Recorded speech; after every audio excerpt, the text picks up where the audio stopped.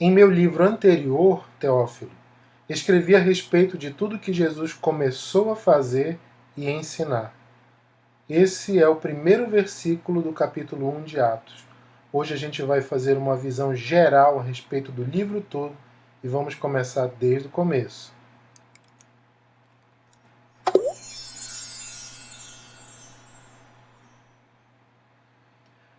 Bem, o livro de Atos, se você já tem caminhado com a gente, você já viu que é um livro de muita riqueza de detalhes, de muita riqueza de palavras. Lucas fez um relato excepcional a respeito da história, da continuidade do Evangelho, vamos dizer assim. E hoje, sem mais delongas, nós vamos começar pelo começo.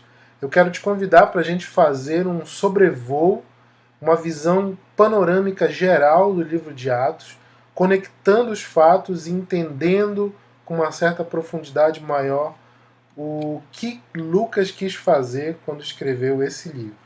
Bem, então nós começamos com o capítulo 1, versículo 1, aquilo que eu já recitei para vocês. Ele diz: Em meu livro anterior, Teófilo, escrevi a respeito de tudo que Jesus começou a fazer e a ensinar.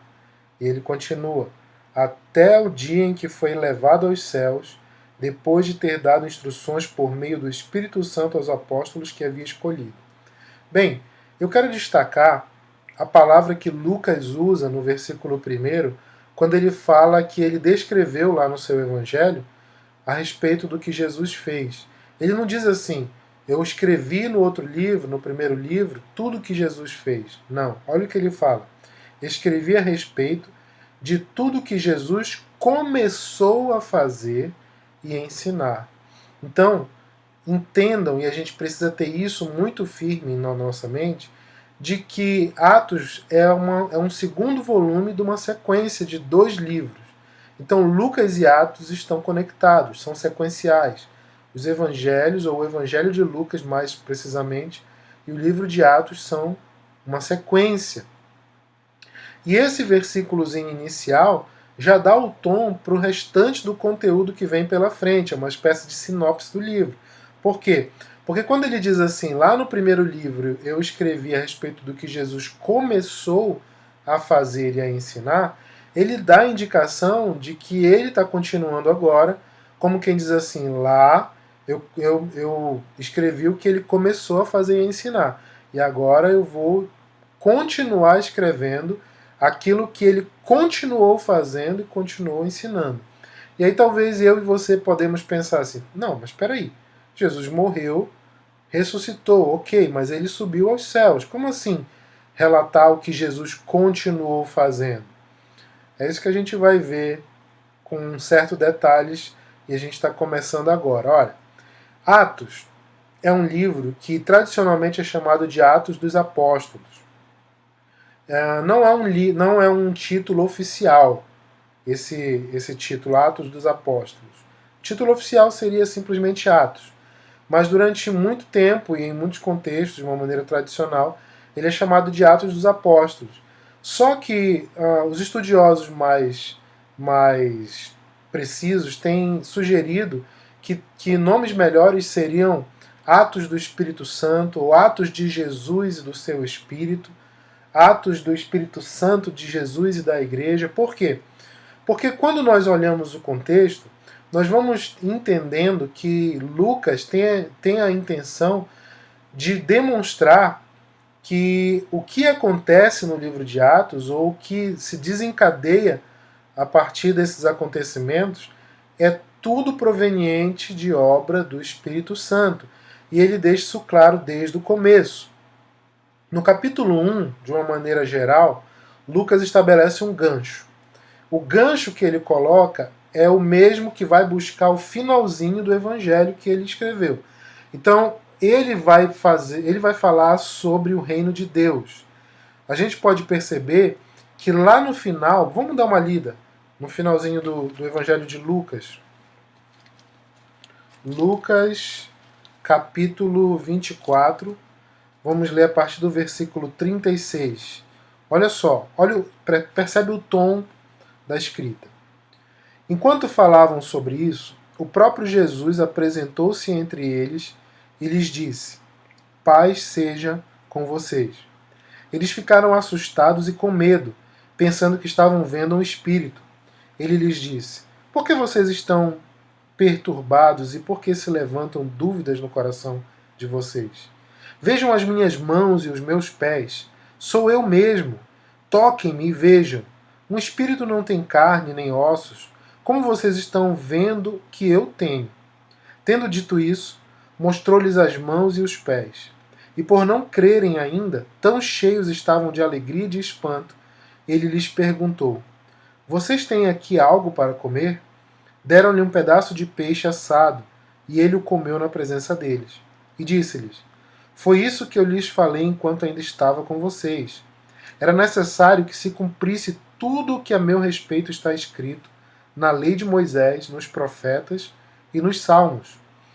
Então lhes abriu o entendimento para que pudessem compreender as Escrituras. E lhes disse: está escrito que o Cristo haveria de sofrer e ressuscitar dos mortos no terceiro dia, e que em seu nome seria pregado o arrependimento para perdão de pecados a todas as nações, começando por Jerusalém. Vocês são testemunhas dessas coisas. Eu lhes envio a promessa de meu Pai, mas fiquem na cidade, até serem revestidos do poder do alto. Tendo-os levado até as proximidades de Betânia, Jesus ergueu as mãos e os abençoou. Estando ainda a abençoá-los, ele os deixou e foi levado ao céu. Então eles o adoraram e voltaram para Jerusalém com grande alegria e permaneciam constantemente no templo, louvando a Deus. Agora, prestem bastante atenção nesses versículos, do 47 ao 49. Vou ler novamente. E que em seu nome seria pregado o arrependimento para perdão de pecados a todas as nações, começando por Jerusalém. Vocês são testemunhas destas coisas. Eu lhes envio a promessa de meu Pai, mas fiquem na cidade até serem revestidos do poder do alto. Então, esse é o final que Lucas escreveu no seu evangelho.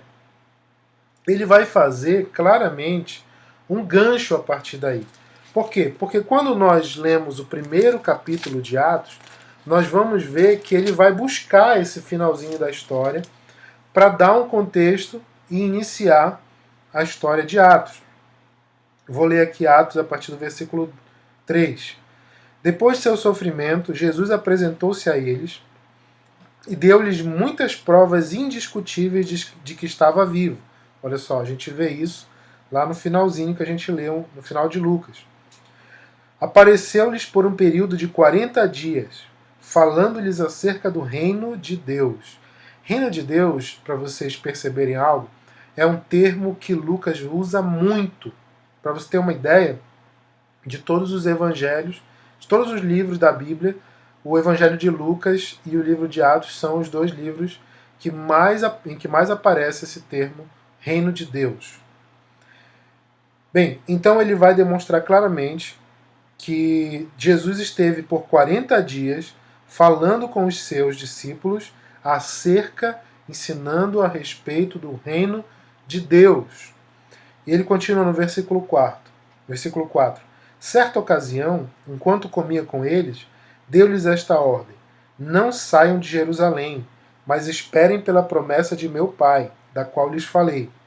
Pois João batizou com água, mas dentro de poucos dias vocês serão batizados com o Espírito Santo. Então, Jesus vai claramente iniciar a história, ou melhor, Lucas vai colocar Jesus no centro da conexão e Jesus, da mesma maneira que encerrou o Evangelho de Lucas, Jesus inicia o livro de Atos. Então, o gancho que Lucas estabelece nessa história desses dois volumes de uma história contínua, que é Lucas Atos, o gancho que ele estabelece é a figura do reino de Deus sendo pregada por Jesus como algo que ele veio estabelecer. Isso aí faz uma alusão a promessas antigas do Antigo Testamento do reino messiânico. Por quê? Porque Jesus vem então se estabelecer como aquele que definiu, o Messias que definiu o reino de Deus na terra. Se você der uma olhada em Isaías 32, Ezequiel 36, Joel 2, você vai ver alguma dessas profecias que trazem esse tom do Messias vindouro que viria para estabelecer um reino. E esse reino vai ser chamado, nesse contexto, especificamente do reino de Deus, estabelecido por Jesus e que vem ser trazido por ele para os discípulos. Para quê? É isso que a gente vai ver agora. Mas antes da gente passar para esses detalhes, tem uma passagem muito especial para vocês entenderem. Eu não sei se está ficando claro. O que eu quero dizer é que Lucas ele vai trabalhar nesse início de uma maneira muito evidente a conexão entre as promessas do Antigo Testamento sobre o Messias, sobre o reino de Deus, o reino vindouro de Deus, e o estabelecimento disso tudo na figura de Jesus. É isso que Lucas vem trabalhar de uma maneira muito clara. É tão claro isso que eu selecionei essas duas passagens para a gente dar uma comparada. Então, a primeira parte são os versículos 8 a 11 do primeiro capítulo de Atos. Diz assim: Mas receberão poder quando o Espírito Santo descer sobre vocês, e serão minhas testemunhas em Jerusalém, em toda a Judéia, Samaria e até os confins da terra. Tendo dito isso, foi elevado às alturas enquanto eles olhavam, e uma nuvem o encobriu da vista deles. E eles ficaram com os olhos fixos no céu, enquanto ele subia. De repente, surgiram diante deles 2 homens vestidos de branco, que lhes disseram: Galileus, por que vocês estão olhando para o céu? Este mesmo Jesus que dentre vocês foi elevado aos céus, voltará da mesma forma como o viram subir. Então eles olham e veem com seus próprios olhos Jesus falar suas últimas palavras e subir com as nuvens. Vamos dar uma volta no livro de Daniel, e eu quero ler com vocês o capítulo 13, o capítulo 7, versículos 13 e 14. Presta atenção. Em minha visão à noite, vi alguém semelhante a um filho de homem, vindo com as nuvens dos céus. Ele se aproximou do ancião e foi conduzido à sua presença. Ele recebeu autoridade, glória e o reino. Todos os povos, nações e homens de todas as línguas o adoraram. Seu domínio é um domínio eterno que não acabará, e seu reino jamais será destruído. Essas passagens, elas são de uma maneira muito incrível conectadas. Você percebe que Daniel tem uma visão, tem um sonho, uma espécie de visão, em que ele vê quase que a mesma coisa. Ele vê semelhante a um filho de homem vindo com as nuvens dos céus. Então, os seres que aparecem para os apóstolos dizem para eles claramente: assim como, da mesma forma como vocês estão vendo subir, vocês vão vê-lo descer com as nuvens. E fica muito claro que o estabelecimento do reino de Deus, do qual Jesus vinha falar e vinha falando, vinha trabalhando com eles, é o reino messiânico prometido e profetizado no Antigo Testamento. Lucas vai deixando isso muito claro. A primeira parte do livro de Atos é toda costurada nessa intenção. Vamos percebendo isso. Nós chegamos no capítulo 2. O capítulo 2 vai falar de uma maneira muito específica, sobre a descida, a vinda do Espírito Santo. A gente não vai ler tudo, o capítulo 2, mas você pode dar uma lida aí, se você quiser dar uma pausa no vídeo, ler o capítulo 2 e continua com a gente, ou você pode fazer essa leitura depois, se de repente você já tem um conhecimento geral. Mas o capítulo 2 do livro de Atos mostra como aconteceu quando finalmente se cumpriu a promessa que Jesus tinha dito para eles que se cumpriria, a promessa do Pai, Porque não foi uma promessa que Jesus veio trazer como uma novidade. Você vai ver lá em Joel, você vai ver em textos mais antigos, que isso já havia sido profetizado. Jesus deixou isso muito mais claro. E eles esperariam em Jerusalém até que essa promessa fosse cumprida. E foi o que aconteceu. Era o dia da festa de Pentecostes, ó, o início do capítulo 2. Chegando o dia de Pentecostes, estavam todos reunidos num só lugar. De repente, veio do céu um som, como de um vento muito forte, e encheu toda a casa na qual estavam assentados. E viram o que parecia línguas de fogo, que se separaram e pousaram sobre cada um deles. Todos ficaram cheios do Espírito Santo e começaram a falar noutras línguas conforme o Espírito os capacitava.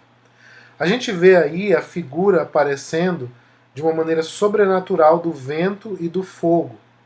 Se nós fizermos uma análise geral do Antigo Testamento em alguns contextos, nós vamos ver essas figuras sobrenaturais que aparecem de uma maneira sobrenatural na figura do templo, quando ele era enchido pela presença de Deus.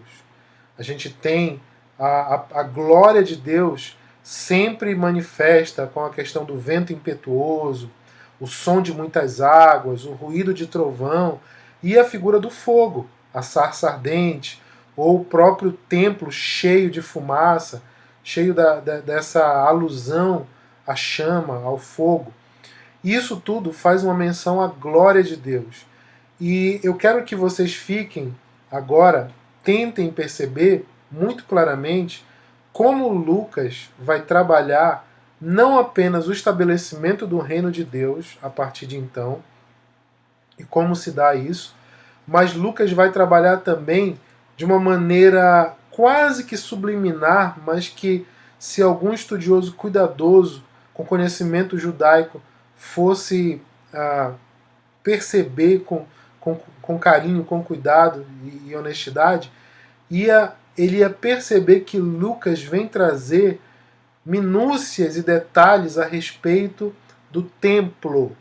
Como assim do templo? Nós vamos perceber que lá atrás nós temos a figura do templo físico. Lá atrás eu quero dizer no Antigo Testamento, né? Temos a figura do tabernáculo, depois o templo estabelecido. E nós vamos percebendo que conforme o tempo vai passando, uma série de profecias vão fazendo uma referência a um templo futuro, a um templo celestial, a um templo da era messiânica. E muitas dessas profecias falam sobre uma nova era, um novo tempo nesse reino, esse reino de Deus que se estabeleceria. Então, essa figura do templo, apesar dela não aparecer de uma maneira muito concreta no texto, mas ela vai ficar evidente por causa de algo que Lucas quer demonstrar. E eu não sei se eu estou conseguindo ser claro o suficiente aqui, mas se você perceber, nós vamos ter algumas alusões, ou seja, Lucas vai escrever fazendo referência, indireta ou direta, a respeito de algumas profecias antigas do Antigo Testamento, que falam sobre a reunião das tribos de Israel sob o reino messiânico. Então, o reino messiânico, ele é esse reino que veio ser estabelecido por Jesus, que não é um reino físico, mas é um reino espiritual, e ele vem estabelecer um tempo em que o Espírito Santo vem ser o substituto de Jesus nos seus atos, por assim dizer. Você lembra da promessa? Eu vou, lá no Evangelho de João isso fica muito claro, vou para o Pai, mas vai vir o Espírito Santo. Ou seja, o Espírito Santo vem ser o outro Consolador. O que é o outro Consolador? É o outro no sentido de ele vem substituir, ele vem me substituir. Então Jesus não está mais presente fisicamente, mas o Espírito Santo vem estar. Só que o Espírito Santo não vem estar como uma pessoa que a gente olha, vê e enxerga separada de nós. Ele vem dentro desse contexto que faz alusão a cumprimento de promessas antigas. Vou tentar deixar isso mais claro conforme a gente avança aqui. Em primeiro lugar, Lucas descreve em detalhes um evento multiétnico sensacional. Vocês perceberam lá no texto de Daniel que a gente leu, quando ele fala sobre as nações? Esse termo, as nações, para os povos, para as nações, ele aparece em várias dessas profecias do Antigo Testamento. De modo que, se alguém quisesse enxergar com honestidade, poderia perceber que o propósito de Israel ter sido escolhido como povo de Deus seria, no final das contas, para ser um testemunho às nações. Então, quando nós vemos o que acontece aqui em Atos 2, Lucas vai descrevendo detalhes interessantes que vão justamente cumprir esse propósito. Olha aqui, a gente parou aqui no versículo 4, vou continuar do 5, tá? Estou lendo Atos 2, a partir do versículo 5. Havia em Jerusalém judeus, devotos a Deus, vindos de todas as nações do mundo. Olha aí, a figura do mundo representada em todas as nações. Ouvindo-se o som, ajuntou-se uma multidão que ficou perplexa, pois cada um os ouvia falar em sua própria língua. Atônitos e maravilhados, eles perguntavam: acaso não são galileus todos estes homens que estão falando?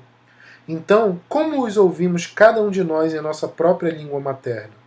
Partos, medos e elamitas, habitantes da Mesopotâmia, Judéia e Capadócia, do Ponto e da província da Ásia, Frígia e Panfilha, Egito e das partes da Líbia próximas a Cirene, visitantes vindos de Roma, tanto judeus como convertidos ao judaísmo, cretenses e árabes.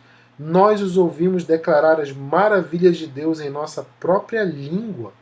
Atônitos e perplexos, todos perguntavam uns aos outros: que significa isto?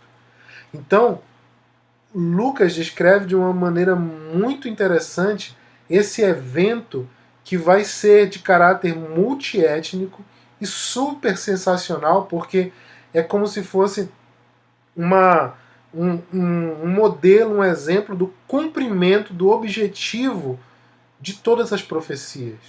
O testemunho às nações a partir desse empoderamento.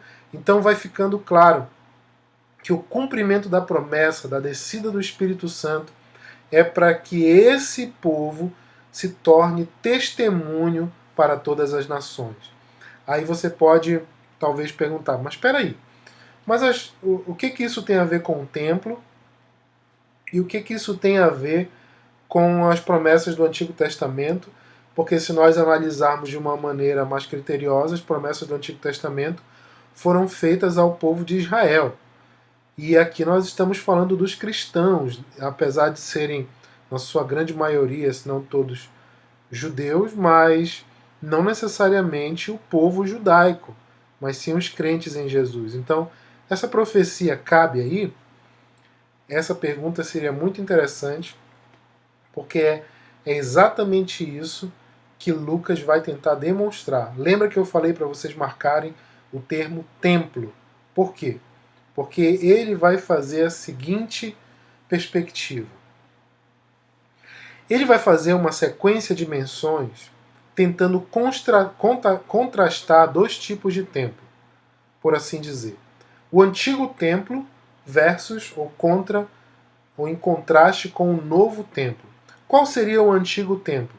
O antigo templo seria o templo físico, que sempre existiu, ou que majoritariamente existiu, né, na maioria do tempo, em Jerusalém, centralizado, físico, e que nessa época estava bastante dominado por uma série de contextos desfavoráveis, que não guardavam tanta referência à essência da própria existência do templo. E de repente, ele vem trazer uma mensagem quase, como eu disse, quase que subliminar de um novo templo. Que novo templo seria esse? Vamos dar uma olhada em alguns pontos cruciais que ele vai citando de uma maneira cadenciada. Primeiro, o versículo 46 do capítulo 2. Ele relata um acontecimento de quando como era o cotidiano dos cristãos ali, ele relata algo que era comum, por assim dizer. Todos os dias continuavam a reunir-se aonde? No pátio do templo. Partiam o pão em suas casas e juntos participavam das refeições com alegria e sinceridade de coração. Então os cristãos se reuniam ali de uma maneira cotidiana, todos os dias, no pátio do templo e nas casas, fazendo a sua comunhão. Vamos dar um pulo para o capítulo 5, versículo 42. Diz assim: Todos os dias no templo e de casa em casa não deixavam de ensinar e proclamar que Jesus é o Cristo. Todos os dias no templo e de casa em casa. Então, Lucas vai apresentar aqui nesse contexto uma figura de quase que um cotidiano da igreja no templo físico, apesar de que ele cita no pátio do templo, né? Ou seja, fica claro que não se está ali fazendo simplesmente fazendo quais seriam as ordenanças no templo, mas se está ali no pátio do templo, num sentido de reunião, num sentido de espírito de oração, de contrição, reverência, talvez, e nas casas. Então, essa dualidade é apresentada no templo e nas casas, no templo e nas casas. Também, um outro contexto ele apresenta, versículo 1 do capítulo 3, então, Atos 3:1. Certo dia, Pedro e João estavam subindo ao templo na hora da oração, às 3 horas da tarde. Vamos continuar lendo aí, para a gente entender a história. Estava sendo levado para a porta do templo chamada Formosa um aleijado de nascença, que ali era colocado todos os dias para pedir esmolas aos que entravam no templo. Vendo que Pedro e João iam entrar no pátio do templo, pediu-lhes esmola. Pedro e João olharam bem para ele, e então Pedro disse: Olhe para nós. O homem olhou para eles com atenção, esperando receber deles alguma coisa. Disse Pedro: Não tenho prata nem ouro, mas o que tenho, isto lhe dou. Em nome de Jesus Cristo, o Nazareno, ande. Segurando-o pela mão direita, ajudou-o a levantar-se, e imediatamente os pés e os tornozelos do homem ficaram firmes. De um salto pôs-se em pé e começou a andar. Depois entrou com eles no pátio do templo, andando, saltando e louvando a Deus.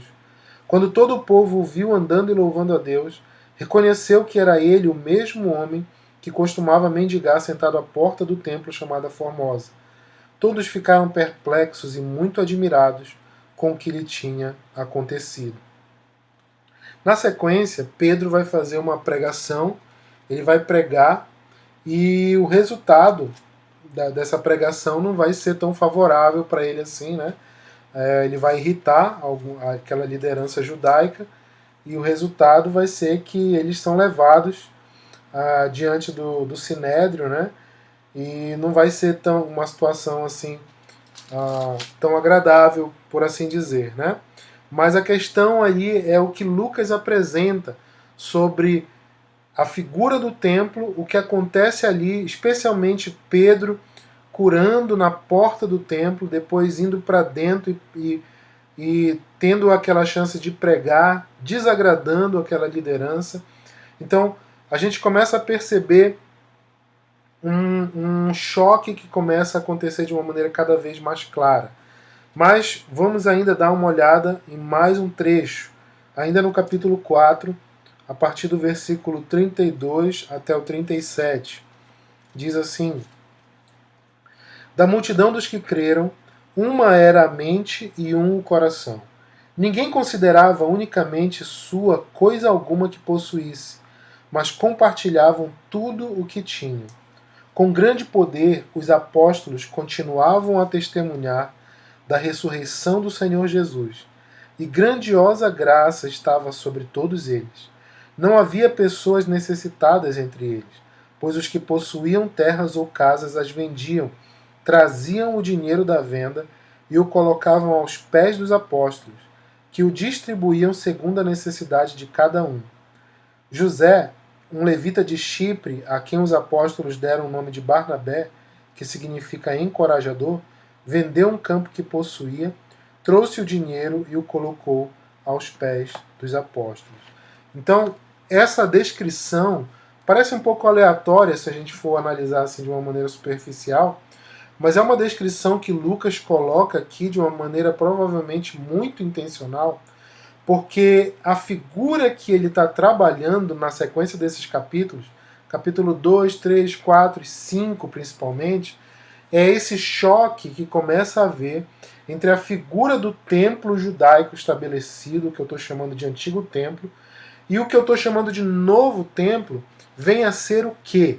E aí é que está, como dizem popularmente no nosso português, o pulo do gato. Por quê?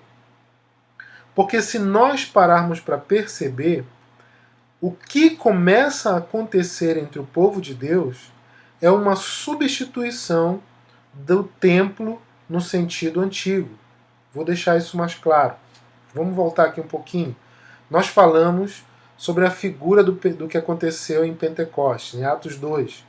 O fogo, o vento, tudo isso traz uma figura que pode mencionar, pode lembrar quando o templo era cheio da glória de Deus no Antigo Testamento. Ou seja, aqueles homens estavam ali reunidos não no templo judaico, eles estavam reunidos numa casa, num lugar. E eles foram cheios do Espírito Santo, é o termo que Lucas vai usar. Eles foram cheios. Não a casa foi cheia, mas eles foram cheios. Então, o templo que começa a ser trabalhado por Lucas não seria agora um templo físico, mas seria o próprio corpo dos crentes em Jesus Cristo. Essa sequência que eu estou mostrando para vocês aqui, de várias passagens que nós lemos, primeiro, quando Lucas vai citando que os cristãos se reuniam no templo, no pátio do templo e nas casas. Quando Pedro cura o mendigo na porta formosa do templo e depois prega lá dentro a respeito do evangelho de Jesus, e ele é perseguido por causa disso, ele é levado perante o Sinédrio, é preso. Então, tudo isso é demonstrado por Lucas de uma maneira a criar essa noção de que começa a haver um choque entre a figura do templo estabelecido, o templo físico judaico, o antigo templo, e um novo templo que começa a despontar como povo de Deus.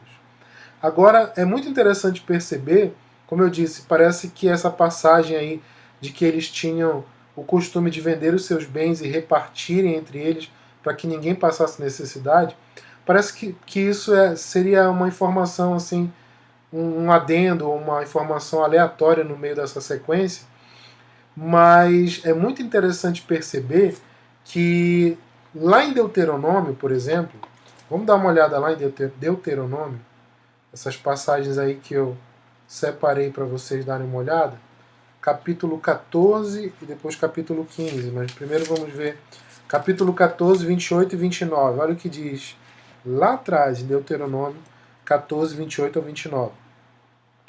Ao final de cada 3 anos, tragam todos os dízimos da colheita do terceiro ano, armazenando-os em sua própria cidade, para que os levitas, que não possuem propriedade nem herança, e os estrangeiros, os órfãos e as viúvas que vivem na sua cidade, venham comer e saciar-se, e para que o Senhor, o seu Deus, os abençoe em todo o trabalho das suas mãos. Percebeu aí?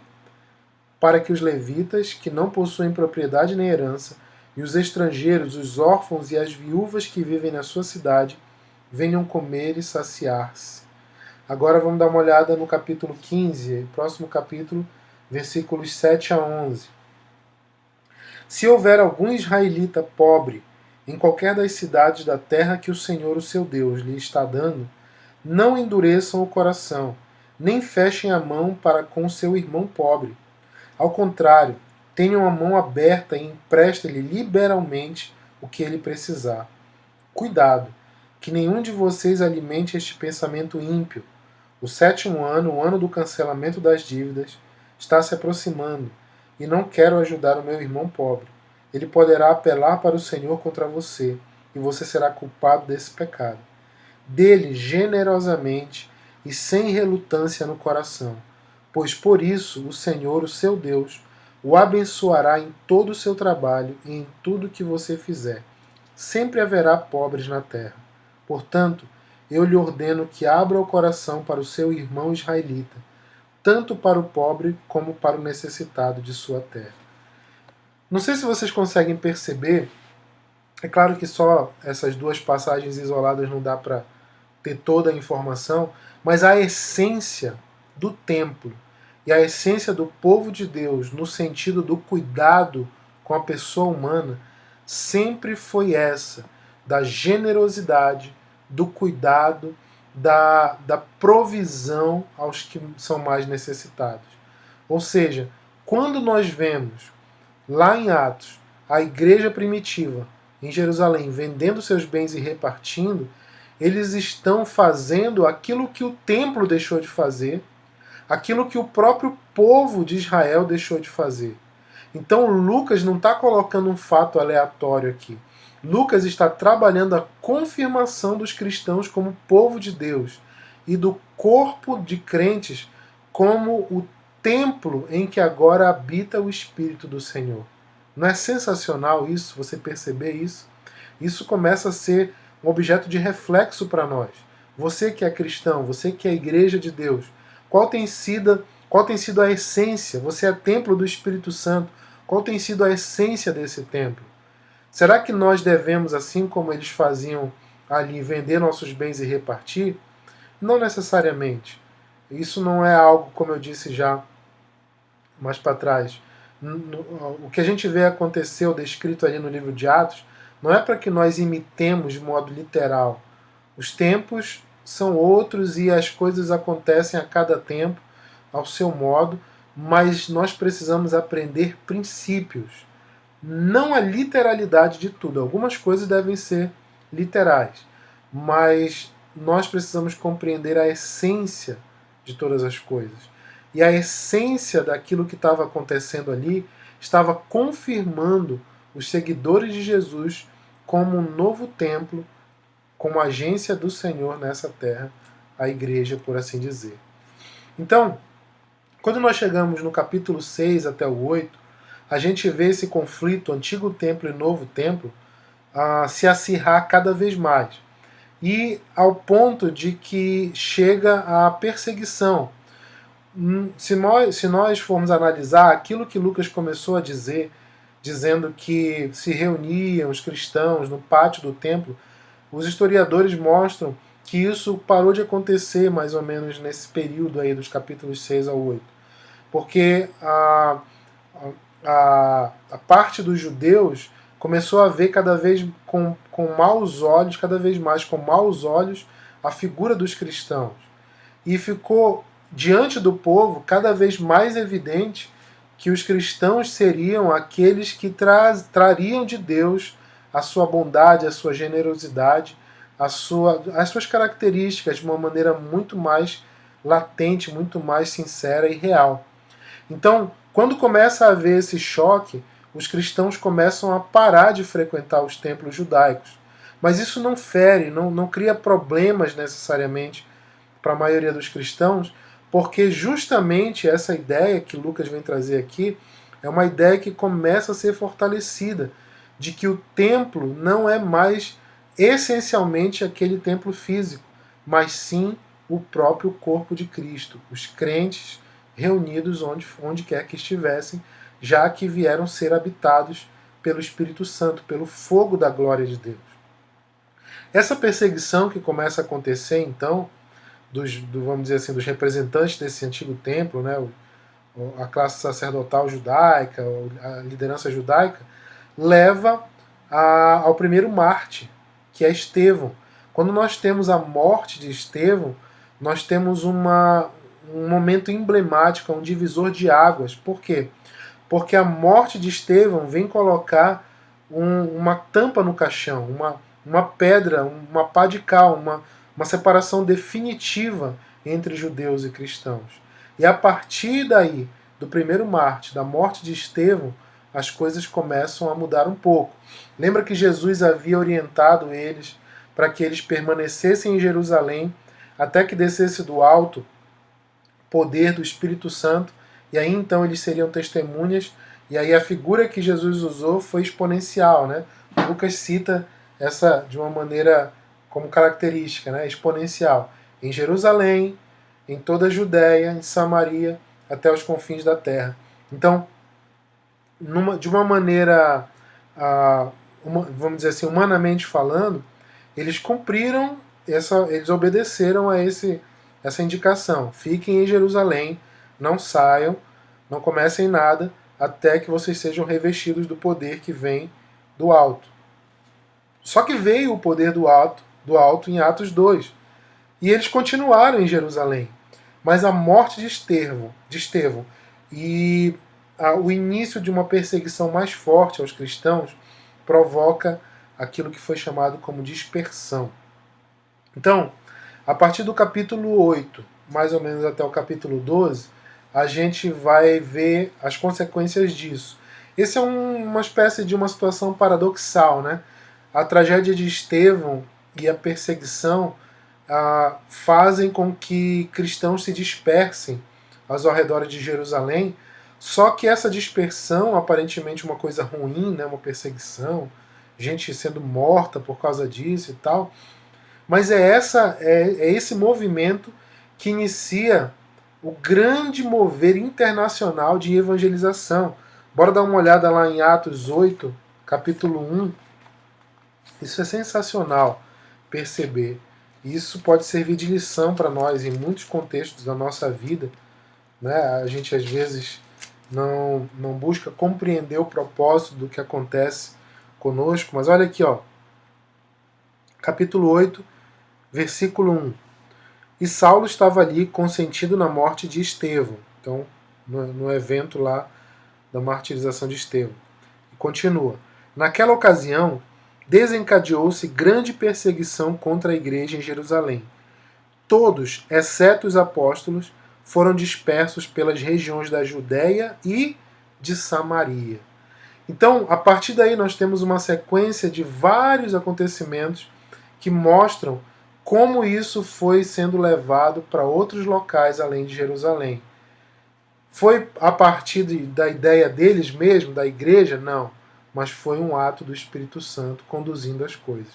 Então a gente tem Filipe em Samaria, nós temos Samaria, que era um território hostilizado pelos judeus, né? Talvez se fosse para escolher, os judeus diriam, não, em Samaria a gente não vai pregar, vamos pregar em outro lugar. Mas a gente vê Filipe pregando em Samaria. Aí temos a conversão de Saulo. Por que a conversão de Saulo está encaixada aí? Porque Saulo vem a ser quem? O grande apóstolo que vai levar o evangelho para o resto do mundo, vamos dizer assim. Ou seja, é o grande apóstolo aos gentios. Então a figura da conversão de Saulo, bem nesse momento, é para mostrar muito claro essa ideia que Lucas vem trabalhar de algo acontecendo maior. Sementes sendo plantadas, colheitas sendo ceifadas. Então a gente vai vendo que ele vai mostrando como as coisas estão crescendo, estão acontecendo. O Espírito Santo está agindo, não está parado, a história não está estagnada, a coisa está aumentando, está crescendo, está evoluindo. Então, conversão de Saulo. Depois nós temos Pedro e Cornélio, a história entre Pedro e Cornélio, um centurião romano, não um judeu. A visão de Pedro no terraço, quando ele vê aquelas coisas, né? Aquela história um pouco engraçada, quando Deus diz para ele, Pedro, mata e come, e ele responde para Deus, não, Senhor. Né? É talvez a primeira, não sei se é a única vez em que alguém na Bíblia chama Deus de Senhor, ou seja, o Senhor, você é Senhor, então você manda, mas a minha resposta é não. Então um pouco contraditória, mas a visão ali para Pedro é também quebrando essa ideia, essa barreira de Jerusalém, daquele lugar específico para se tornar maior, alcançando algo além. Né? E nós temos também o aparecimento da figura da igreja em Antioquia, uma igreja que cresce ali, que se estabelece, em Antioquia. Eu quero ler com vocês essa passagem, versículo 11, aliás, capítulo 11, do versículo 29, aliás, do versículo 19 até o 30. 11, 19 ao 30. Os que tinham sido dispersos por causa da perseguição, desencadeada com a morte de Estevão, chegam até a Fenícia, Chipre e Antioquia, anunciando a mensagem apenas aos judeus. Olha aí. Alguns deles, todavia, cipriotas e sireneus, foram a Antioquia e começaram a falar também aos gregos, contando-lhes as boas novas a respeito do Senhor Jesus. A mão do Senhor estava com eles e muitos creram e se converteram ao Senhor. Notícias desse fato chegaram aos ouvidos da igreja em Jerusalém, e eles enviaram Barnabé a Antioquia. Este, ali chegando e vendo a graça de Deus, ficou alegre e os animou a permanecerem fiéis ao Senhor de todo o coração. Ele era um homem bom, cheio do Espírito Santo e de fé, e muitas pessoas foram acrescentadas ao Senhor. Então Barnabé foi a Tarso procurar Saulo. Quando o encontrou, levou-o para Antioquia. Assim, durante um ano inteiro, Barnabé e Saulo se reuniram com a igreja e ensinaram a muitos. Em Antioquia, os discípulos foram pela primeira vez chamados cristãos. Naqueles dias, alguns profetas desceram de Jerusalém para Antioquia.